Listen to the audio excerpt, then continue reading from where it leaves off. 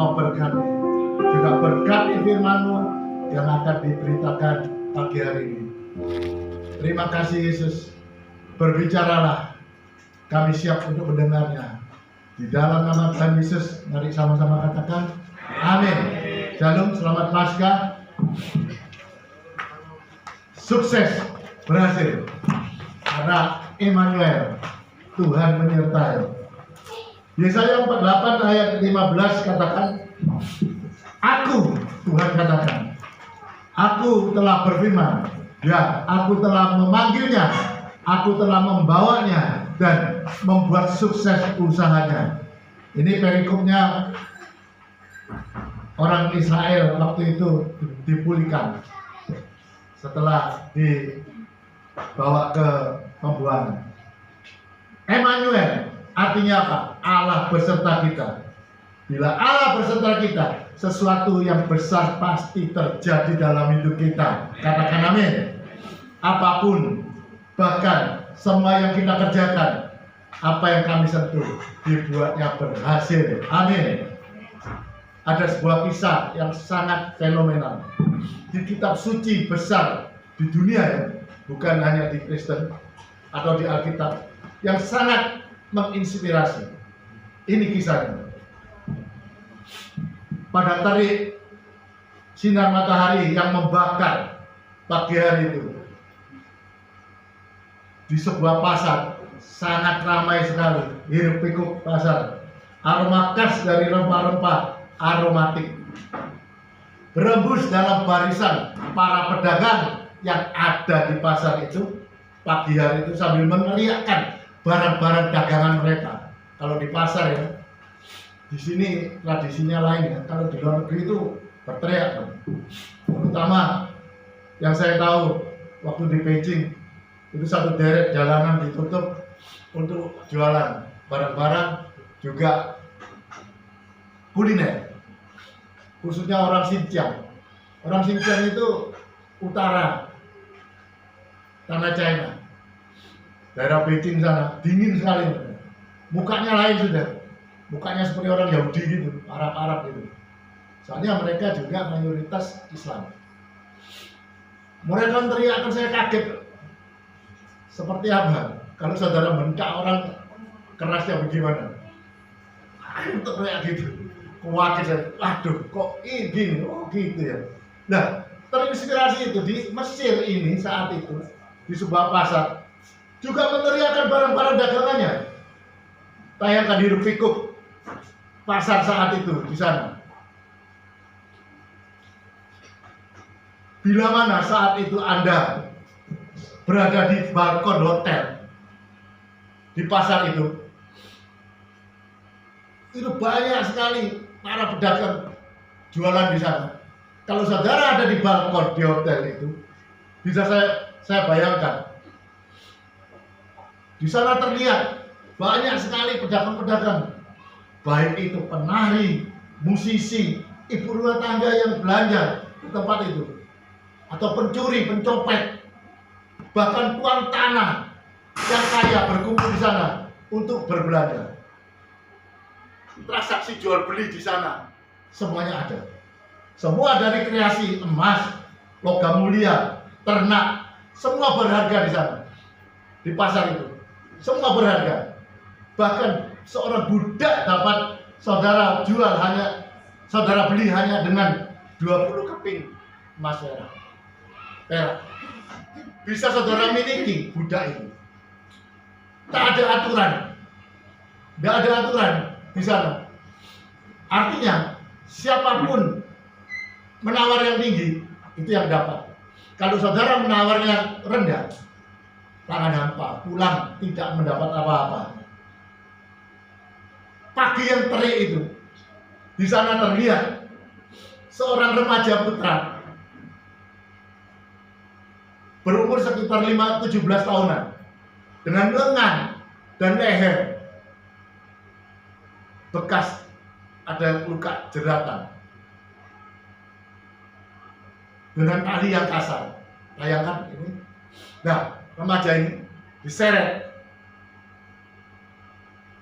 melihat bekas luka di leher dan lengannya terbukti dia diseret dengan kasar. Supaya apa? Bergegas nyampe di pasar itu. Supaya cepat-cepatnya nyampe tepat waktu untuk memajang. Nah ini dipajang. Karena pagi hari itu mereka mendengar ada seorang penguasa besar akan berbelanja di sana.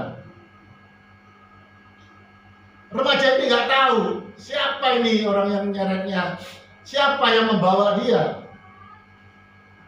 Dia diseret secara kasar. Akhirnya dia baru mengerti, oh ini juraganku, pemiliknya. Remaja ini nggak ngerti, karena dia berada di negeri yang asing, bahasanya juga nggak ngerti. Apapun yang dia katakan nggak ngerti karena dia jauh dari rumah. Tahukah Anda siapa si remaja ini? Dia telah menjadikan budak diperjualbelikan. Bahkan dia tidak memakai celana apapun, tidak ada. Ini karena moral. Sebenarnya dia nggak pakai cawat ini, cawat pun nggak pakai. Ini kenyataan. Tayangan ini. Budak laki-laki, perempuan pun mereka nggak pakai apa-apa waktu dipajang itu. Mengapa sih? Satu, takut nanti dia lari. Mereka dipajang secara begini supaya apa? Kelihatan tidak cacat. Mereka itu kalau cacat nggak mau. Jadi kelihatan betul-betul bersih baik. Jadi kelihatan tidak kucing dalam karung. Itu yang terjadi. Ini kisah yang nyata. Sekarang kita bayangkan si anak remaja ini yang akhirnya kita tahu dia adalah siapa? Jangan kamu yang jawab, jemaat yang jawab supaya jemaat tahu. Kalau kamu pasti tahu dari kisahnya. Nah, dari kisah ini saudara tahu itu adalah Yusuf. Yusuf ini diberitakan di kitab suci banyak agama.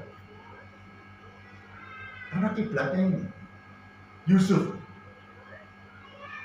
Nah, anak remaja ini akhirnya dibeli oleh apa? Siapa? Tuan besar Potifar, Mr. Potifar, penguasa Mesir. Setelah dibeli, lihatlah apa kata Tuhan tentang si remaja ini yang termasuk sudah dijadikan budak, diperjualbelikan. Kejadian 39 ayat 1 sampai 3 katakan, Yusuf telah dibawa ke Mesir dan Potifar seorang Mesir, pegawai Fir'aun, pemimpin para pengawal, telah membelinya dari tangan orang-orang Ismail yang telah membawanya ke sana. Yahweh, ini nama Bapak kita di surga. Saya pakai Alkitab yang asli. Yahweh Bapa kita di surga menyertai Yusuf sehingga ia menjadi seorang yang berhasil dan ia berada di rumah tuannya orang Mesir itu. Tuannya Potifar melihat bahwa Yusuf disertai oleh Bapa surga dan Bapa surgawi membuat sukses segala yang ia kerjakan. Mengerti? Katakan amin. Kenapa dia bisa berhasil? Karena Allah yang menyertai dia. Dia disertai oleh Bapaknya, Bapak surgawi kita. Maka dia dikatakan berhasil. Kalau Tuhan sendiri yang katakan saudara berhasil, tidak ada satupun orang yang katakan saudara gagal. Amin. Mengerti? Katakan amin. Tuhan sudah ngomong, saudara adalah orang yang berhasil. Semua orang jemaat di tempat ini orang yang berhasil. Amin. Karena apa? Allah menyertai saudara. Ada dua pengertian. Saudara bisa dikatakan orang yang berhasil. Yang pertama, siapa yang memiliki Anda? Di ayat 2 katakan, Tuhan menyertai Yusuf. Tuhan menyertai saudara, sehingga saudara menjadi seorang yang berhasil, dan saudara berada di rumah tuannya, orang Mesir itu. Amin. Karena Tuhan menyertai. Sekarang siapa yang memiliki Anda? Siapa yang memiliki Anda? Nah, ini jawab, Pak. Ayo. Yesus yang memiliki Anda. Amin. Siapa yang Anda miliki? Yesus. Oleh sebab itu, Anda dan saya disebut orang yang berhasil. 1 Korintus 6 katakan, ini buktinya. Tidak tahukah kamu bahwa tubuhmu adalah rumah Roh Kudus, yaitu Roh Kudus yang ada di dalam kamu, yang kamu peroleh dari Allah, dan bahwa kamu bukanlah milik kamu sendiri, sebab kamu telah dibeli dan harganya telah dibayar lunas. Karena itu muliakanlah Allah atau Elohim dengan tubuhmu dan dengan rohmu yang adalah milik Elohim. Amin. Jadi Allah ada dalam dirimu, Elohim ada dalam dirimu. Jadi saudara tidak perlu takut. Kalau saudara takut, berarti saudara tidak ada Roh Kudus dalam dirimu. Kalau ada Roh Kudus dalam dirimu, saudara sakit, Allah pun sakit. Setuju? Katakan amin. Amin. Saya sudah lama ya, pernah saya saksikan juga, sudah lama sekali pertama pertobatan saya. Berarti berapa? 25 tahun yang lalu. Saya kena kencing batu, didiagnosis di USG kelihatan, di foto. Aduh, sak berasnya Jepang gede-gede. Ada 2 kecil-kecil. Ada fotonya. Akhirnya terus kencing darah. Sampai klimaknya 2 menit sekali kencing darah. 2 menit kencing darah. Saya nggak bisa keluar, takut. Gimana nanti di pinggir jalan? Saya gimana mau buang air kecil? 10 menit buang air kecil. Waktu itu 15, 10 menit sampai 2 menit. Akhirnya ada ayat 1 yang Galatia 2:20. Saya katakan, pertama kencing nggak keluar, kedua kencing nggak keluar. Akhirnya Tuhan buka pikiran saya. Hidupku bukan milikku lagi. Hidupku yang ku milik, hidup ini bukan milikku, tapi engkau yang ada dalam diriku. Aku sakit karena aku salah, tapi aku sakit, engkau pun sakit. Aku percaya dalam nama Tuhan Yesus, engkau tidak mau sakit. Keluar, akhirnya keluar. Di Pispot itu dulu nggak ada HP yang bisa canggih ini, persis seperti yang di USG, persis seperti itu. Saya lihat, bandingkan. Nggak ada darah, putih, bersih. Kelihatan batu-batunya. Kenapa? Tuhan suruh saya USG, Tuhan lihatkan di Pispot ini. Supaya apa? Iman saya dinaikkan. Ini loh betul-betul bersih. Ini loh nggak ada kotoran lagi. Persis sama yang di USG. Padahal waktu itu nggak punya duit. USG berapa ratus ribu. Kalau di kateter 1,7. Nangis saya. Waktu bertobat nggak kerja, nggak ada duit. Akhirnya keluar persis. Sudah 25 tahun. Saya percaya bersih dan sembuh. Amin. Beri kemuliaan bagi Tuhan. Haleluya. Tubuhmu adalah rumah Roh Kudus. Sakaria katakan, sebab siapa yang menjamamu, ia menjamah biji matanya Tuhan. Amin. Ya, begitu dahsyatnya. Kita ini orang yang berharga. Amin. Jangan saudara melihat dirimu saat ini. Jangan. Definisi Tuhan tentang keberhasilan bertentangan dengan divisi dunia. Kalau definisi dunia keberhasilan berdasarkan apa yang telah Anda lakukan, capai, kumpulkan. Hal itu didasarkan sepenuhnya dari upaya dari engkau sendiri. Upayanya saudara sendiri. Sehingga kesemuanya itu tidaklah kekal, stabil, enggak.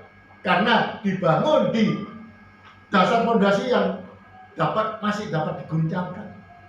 Itu divisinya orang dunia. Lihat, saudara masih tahu toh, saya pernah beritakan di Lukas 18. Orang muda yang kaya, lihat. Dia kaya. Tapi kalau orang Hokian ngomong bojai, nggak ada gunanya. Dia sepeser pun tidak bisa memberi Yesus. Sepeser pun tidak bisa. Itu orang dunia. Ada kata bijak katakan, harta yang engkau gunakan buat kehidupan akhirnya akan menjadi habis. Harta yang engkau cari lalu engkau kumpulkan akhirnya akan menjadi apa? Apa saudara? Warisan. Bahkan menjadi rusak. Tragisnya orang lain yang menikmatinya. Itu tragis, saudara. Itu dunia. Maka firman Tuhan katakan di Matius 6, janganlah engkau mengumpulkan harta di bumi lengat dan karat merusakkannya, pencuri membongkar dan mencurinya. Kumpulkanlah bagimu harta yang di surga, lengat dan karat tidak bisa merusaknya. Amin. Definisi Tuhan tentang keberhasilan berdasarkan siapa yang memiliki Anda, bukan apa yang Anda miliki. Jika Anda adalah miliknya, Dia pasti menyertai Anda dimanapun, kemanapun saudara Anda berada. Semuanya engkau dibuatnya berhasil. Amin. Mari kita lihat. Jangan ngomong Sakius. Lihat di 1 Raja-Raja 17. Apa yang dilakukan seorang janda di Sarfat? Ini dulu loh. Bukan zamannya Yesus. Zamannya Elia. Seorang janda yang miskin, tidak memiliki apa-apa. Tidak memiliki apa-apa. Dia hanya memiliki apa? Seeva, sekembal tepung, dan buli-buli minyak. Buli-buli itu kecil. Untuk minyak wangi kan kecil. Setelah dia diminta oleh Elia, bikin aku roti. Dia jawab, ini roti loh, sedikit minyak ini. Tak olah, tak makan sama aku, sama anak-anakku, terus aku mati.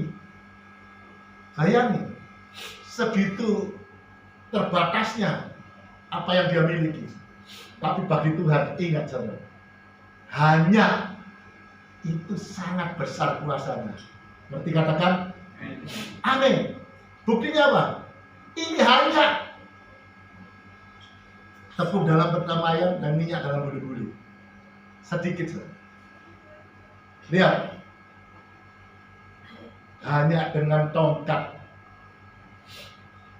lembu 1 in 2 meter bisa membunuh ratusan orang-orang Filistin. Siapa itu? Nah, iya Pak. Nggak tahu ya. Ya sudah, nanti cari sendiri. Hanya dengan tongkat penghalau lembu bisa membunuh banyak orang. Hanya banyak sekali. Saudara jangan mikir, aku hanya bisa hadir Pak. Hadir. Apa yang Anda punya? Walaupun sedikit hanya. Nah ini. Namun dia rela. Nah ini. Kerelaan hatinya mau berbagi dengan Elia. Abdi Allah. Elia itu abdi Allah. Kalau dulu abdi Allah itu dianggap kepanjangan mulutnya Allah. Lihatlah hasilnya, menakjubkan. Tepung dalam tempayan dan minyak dalam buli-buli tidak berkurang. Itu dapat diperbuat janda Sarfat karena apa? Ada Tuhan dalam hidupnya. Amin. Itu maknanya anugerah, kuasa memberi kepada Tuhan. Mengerti katakan amin. Kuasa untuk memberi kepada Tuhan. Yusuf secara harafiah tidak mempunyai apa-apa, tidak punya materi, tapi pada saat yang sama ia memiliki segalanya karena Tuhan menyertainya. Jadi hanya hadirat Tuhanlah dalam hidup kita yang membuat kita berhasil. Amin. Ada quote katakan begini, berhentilah untuk mencari harta. Keliru. Oh iya. Berhentilah untuk mengejar harta benda, mulailah ambil langkah mengejar Dia.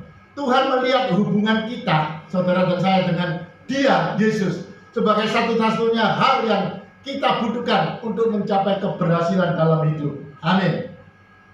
Saya tidak bisa membayangkan jika kita memulai di tempat yang buruk seperti keadaan Yusuf saat itu. Dia benar-benar telanjang, tidak punya apa-apa.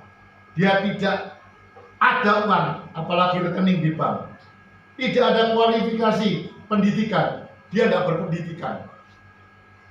Tidak ada koneksi atau pengaruh di tempat yang jauh dari rumah. Dia benar-benar tidak punya apa-apa. Syukurlah Alkitab mencatat kalau Yusuf tidak memiliki apa-apa. Jika keadaan kita seperti yang keadaannya Yusuf, dapatkah saudara memiliki pengharapan pada saat ini? Kita dapat mulai percaya pada kekuatan hadirat Tuhan dalam hidup saudara? Itu pertanyaannya. Saudara, kalau seperti Yusuf, saudara mestinya ada pengharapan yang besar akan tangan Tuhan yang membuat Anda bisa berhasil seperti Yusuf. Mengerti? Katakan amin. Setuju? Katakan amin. Saudara pun punya pengharapan. Mari saya ajak saudara untuk memperkatakan di ayat 2 ini. Tuhan menyertai. Sama-sama katakan, Tuhan menyertai. Masukkan nama saudara. Tuhan menyertai Nathanael. Tuhan menyertai siapa? Nama Anda sendiri. Dan saya orang yang berhasil. Ayo ikuti. Memperkatakan saudara. Katakan. Saya susah pun saya ngomong, saya enak. Saya makmur. Saya berkemenangan, berkelimpahan. Ngomong saja. Karena apa? Tuhan ngomong aja. Ngomong saja. Perkatakan imanmu. Masih ingat saya pernah beritakan Yosua ngomongin ngawur sekali doanya dia. Tapi Tuhan melihat hatinya dia. Tuhan tahu maksudnya dia. Masa matahari berhenti, bulan berhenti, gak lucu kan? Kan mestinya bumi yang berhenti, matahari kan diam. Semua planet mengelilingi matahari. Tapi Yesus ngomong matahari berhentilah. Gak lucu dong. Tapi Tuhan gak ngajarin, goblok kamu, bukan matahari, ngomong bumi, enggak. Karena Tuhan tahu maksudnya dia. Tuhan tahu maksud hati saudara yang tulus, bukan dibuat-buat. Ngomong aja. Aku punya, aku pasti berhasil, aku pasti berhasil. Tuhan menyertaiku, aku adalah orang yang berhasil. Amin. Itu doakan saja. Terus omong. Lihat nanti, sesuatu pasti terjadi. Amin. Seorang tokoh lain di Alkitab, Kejadian 26 ayat 13. Dan orang itu menjadi kaya dan terus bertambah kaya, dan ia menjadi sangat kaya, sangat nemen kaya. Siapa ini? Siapa? Pak Gawi? Ayo. Siapa? Abraham? Enggak. Yesus tidak pernah ngomong Abraham, karena Abraham memang dibuat kaya. Tuhan ngomong saudara, tidak ngomong Abraham, tidak ngomong Salomo. Saudara dijadikan kaya dan sangat kaya. Amin. Ini Ishak. Ishak ini anaknya. Saudara kan anak-anaknya Abraham, termasuk Ishak. Ya saudara menjadi orang yang sangat kaya. Amin. Walaupun masih punya sepeda motor, nggak apa-apa, pakai aja. Iman, punya mobil. Mulai sediakan tempat parkir. Jangan di depan rumah ini, ganggu jalannya orang. Saudara bikin tempat parkir. Pasti punya mobil, amin. Saya berdoa, itu pasti menjadi kenyataan dalam hidup Anda dan saya, amin. Orang yang sangat berhasil dan kaya. 2, keberhasilan itu berasal dari hasil dari karya Tuhan. Roma 1 ayat 20 katakan, karena apa yang tidak kelihatan sejak penciptaan dunia, yaitu kuasanya yang kekal dan kedudukannya sebagai Elohim atau Allah, sekarang tampak jelas dan dapat dimengerti dari hasil karyanya, sehingga mereka tidak dapat berdalih. Orang-orang tidak bisa berdalih melihat saudara kok jadi orang kaya. Mereka hanya mikir, ibadahnya apa? Siapa yang dia sembah? Siapa yang dia puji?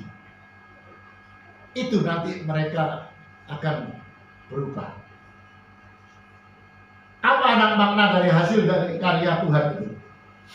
Izinkan saya untuk memberitakan tentang Yesus. Ketika Maria bertunangan dengan Yusuf, sebelum mereka berbagi keintiman apapun, saat mereka belum menjadi suami istri, Maria mengandung hasil dari Roh Kudus. Matius 1 ayat 18. Yusuf orang yang benar, tidak ingin menjadikan Maria tontonan umum, memikirkan untuk menceraikannya, mau diceraikannya. Pada saat itu Yusuf belum tahu kandungan Maria itu siapa. Logikanya kan, kalau saudara mikir kan belum kawin, belum nikah, sudah hamil. Waktu itu barang siapa yang berzina, hamil di luar nikah, akan dilempari batu sampai mati. Itu yang hukum di waktu itu. Namun Yusuf mencintai calon istrinya. Dia tidak mau ingin Maria mendapat masalah besar. Maka dia mempertahankan hidupnya. Sementara Yusuf merenung. Seorang malaikat Tuhan datang. Dia katakan dalam mimpinya, mengatakan, Yusuf anak Daud, engkau telah jangan takut mengambil Maria sebagai istrimu. Sebab anak di dalam kandungan itu adalah dari Roh Kudus. Ia akan melahirkan seorang laki-laki yang engkau harus namakan dia Yesus. Karena dialah yang akan menyelamatkan umatnya dari dosa mereka. Itu kejadiannya. Sungguh nama Yesus dalam bahasa Ibrani, nama Yesus itu Yeshua. Singkatan dari apa? Yahweh. Nama Bapa kita. Our Father's name in heaven. Heavenly Father's name is Yahweh. Nama Yesus secara harfiah, Yahweh Juru Selamat kita. Sungguh sebuah nama yang indah, bukan? Yesus itu Yahweh. Singkatan dari kata Yahweh. Jadi setiap kita kalau memanggil nama Yesus, nama di atas segala nama, kita memanggil dan berseru pada Tuhan sendiri untuk menyelamatkan dan menerima pertolongan dari Tuhan. Jangan tidak memanggil, panggil saja. Saya dulu di gereja lama, waktu dulu, kalau ngomong Yahweh itu tidak boleh sembarangan. Orang Israel kalau ngomong Yahweh itu dengan gentar, Yahweh, tidak boleh ngomong sembarangan. Tapi sekarang Yesus adalah Bapa kita. Kalau kita manggil Bapa, kan tidak apa-apa. Asal tidak teriak, tidak ngawur. Ya nama Yesus. Minta pertolongan. Yesus, datanglah, tolonglah aku. Berseru. Oleh sebab itu, dalam nama Yesus ada kuasa. Amin. Oleh itulah. Karena itulah, dalam nama Yesus ada kuasa. Itu namanya hasil dari karya Tuhan atas kita. Itulah hasil dari karya Tuhan. Banyak di Alkitab tulis nama Tuhan. Ada yang Elohim, Allah, El Shaddai, Elion, Yehova. Itu sederet nama Tuhan di perjanjian lama. Bila mana kita sudah mengerti dan hafal nama-nama itu tidak akan berarti apa-apa jika kita tidak tahu bahwa Tuhanlah yang Maha Kuasa. Kuasa sendiri, yaitu Yesus yang menyelamatkan dan menghapus semua dosa-dosa kita. Kalau saudara tidak mengerti salib, tidak ada artinya saudara mengerti nama-nama Yesus. Makanya waktu Paskah, Jumat Agung, itu saudara mestinya hadir untuk merayakan, mendengar makna salib. Salib itu penting. Oleh karena salib, dunia berubah. Oleh karena salib, semuanya berubah. Kalau saudara mengerti benar-benar, oleh karena salib korban Yesus, saudara tidak akan bisa tergoyahkan iman saudara. Amin. Yesus dalam perjanjian baru, anugerah adalah juru selamat kita. Amin. Saya ada quote begini. Karena apa David Beckham menjadi terkenal? Karena sepak bola, bukan? Karena apa Tiger Woods menjadi terkenal? Karena golf, bukan? Saya tulis, semua jawaban itu keliru. Enggak. Bukan itu. Mereka menjadi terkenal karena ada apa? Dukungan apa? Produk atau hasil. Kalau dia sepak bolanya nggak bagus, main golfnya nggak bagus, nggak akan terkenal. Seperti saya, golf saya bagus di tempat pemain golf. Lihat saya, mereka tahu ini pinter orang main, Ciami ini. Bukan aku, permainanku yang jalan, produknya itu. Mereka menjadi terkenal karena ada dukungan produk atau hasil. Bagaimana sebuah pohon bisa dikenal? Karena buah yang dihasilkannya, bukan? Saudara kalau ada pohon mangga, ambil buahnya, dimakan kecut, hujan. Tapi manis, Ciami. Pohon ini Ciami. Karena apa? Saudara nikmati buahnya. Mengapa Yesus bisa dikenal dan terkenal? Karena dia telah menyelamatkan Anda dan saya. Amin. Itu Yesus terkenal karena apa? Dia menebus dosamu, dia dipaku di kayu salib, dia mati di kayu salib, dan hari ketiga bangkit. Itu yang membuat dia terkenal dan berhasil. Amin.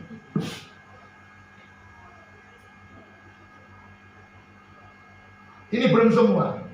Alkitab mengatakan bahwa hal itu terjadi supaya genaplah semua firman melalui Nabi Yesaya.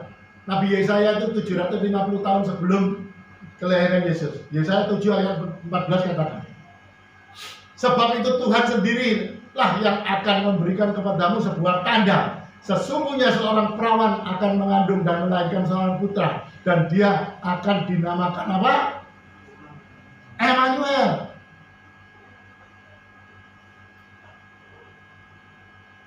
Sangat menarik.